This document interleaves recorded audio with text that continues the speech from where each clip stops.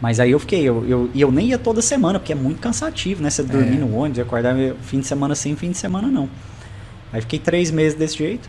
E aí eles vieram, a gente entrou em recesso, né? E quando voltamos, aí eu trouxe eles. Então eles ficaram lá e eu fiquei aqui entre setembro e dezembro e depois trouxe. Aí a gente ficou junto. Aí eu fui meio que acostumando, assim, com a ideia. Nem sei do que eu tava falando antes, mas que você perguntou que eu cheguei nesse assunto. Se você aposentou, aí você falou que agora... tá, pô, não respondi a pergunta. Mas por que eu aposentei cedo? Saiu a Secretaria da Fazenda de Goiás 3 meses depois que eu tava aqui. Caramba. O concurso? Foi, velho. Aí você não fez. Aí eu não fui, eu falei, não, já parei, velho. Quer ver, mas olha, você fez você tomou uma atitude boa. Não, aqui é muito bom, cara. Eu já tinha dado o que eu tinha pra dar, velho. Legal. Eu falo, não, preciso cuidar da família, tem um filho pequeno agora, de novo, né? Não, tá certo. Eu já não tinha gás mais, não. O que eu tinha pra dar, eu já tinha dado e beleza. Show. Tinha passado em 2, tava bom, cara, assim. Você já deu várias dicas aqui, a gente conversando, que você já deu várias dicas pro pessoal que tá aí, mas agora, assim, como a gente tá próximo do final, Anderson, a gente já tá caminhando, eu vou pedir aqui, vou te fazer 2 perguntas em uma, tá? Assim, depois desse caminho todo que você trilhou, se você pudesse, assim, pontuar pro pessoal que tá em casa o quanto valeu a pena isso para você, o quanto de prazer isso te deu, conquistas, tudo que você falou pra gente aqui, e falar pro pessoal também hoje, pessoal que tá chegando, começando agora, aquela dica de ouro, assim, aquela básica de tudo que você falou, que tem alguma coisinha fina ali, um ajuste fino que você de repente não deixou pontuado, que você queira falar pro pessoal que tá em casa. O ajuste fino que eu fiz, eu já falei, foi a revisão periódica. Estabelecer as revisões, condensar o material da forma que você achar melhor. Eu tinha resumo, eu tinha quadro, eu tinha mapa mental, da forma que você preferir, de acordo com o conteúdo, da forma que você se adaptar melhor, condensa o material, faz a revisão periódica desse material e faz muito exercício. Resumindo, a preparação é essa. O ideal é que você leia o livro-texto de um determinado conteúdo uma vez. Você lê o livro-texto, você entendeu, você resume aquilo lá e revisa para não ter que ler de novo. Mas se for necessário, volta. Quando eu tinha um aproveitamento que eu considerava baixo em questões, eu voltava no meu material textual. Então é isso.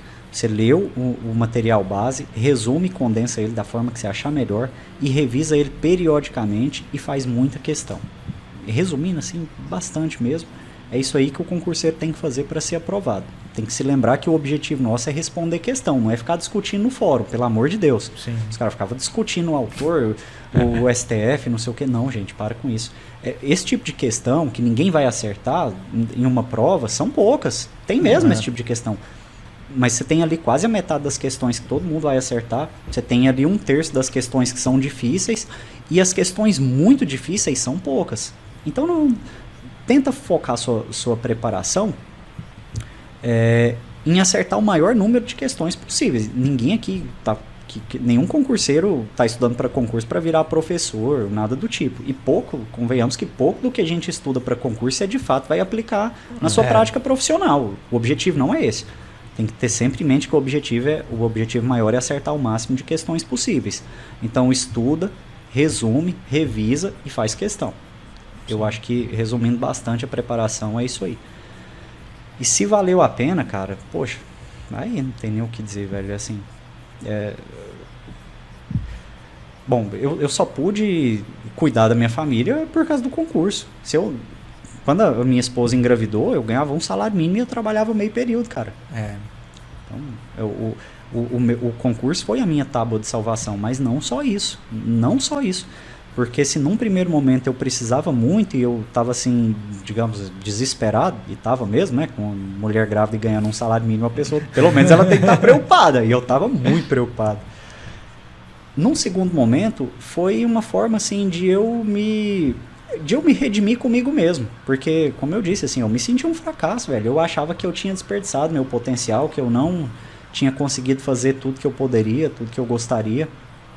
E o concurso público foi a oportunidade que eu tive de dar a volta por cima. E eu me sinto realizado hoje. Hoje eu acho que eu poderia ir mais longe? Poderia, mas eu fiz a opção de cuidar da minha família. Eu falei, ok, eu estou satisfeito, o cargo é excelente, para mim está ótimo e agora eu vou cuidar da minha família. Talvez pudesse continuar, né, estudando.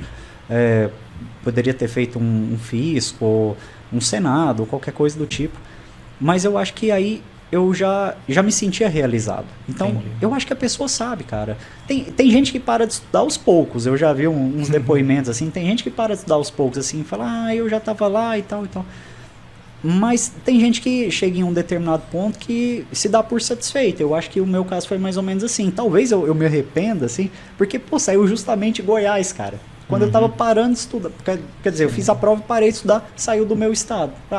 Então, assim, pô, podia ter saído ou 6 meses antes, ou eu poderia ter estudado mais uns 6 meses. Mas, enfim, se eu me arrependo de alguma coisa, ou se tem algum problema, assim, na minha preparação, eu apontaria isso aí, que talvez eu pudesse estudar um pouquinho mais para fazer Goiás. Mas não é nada que me aflinja, não.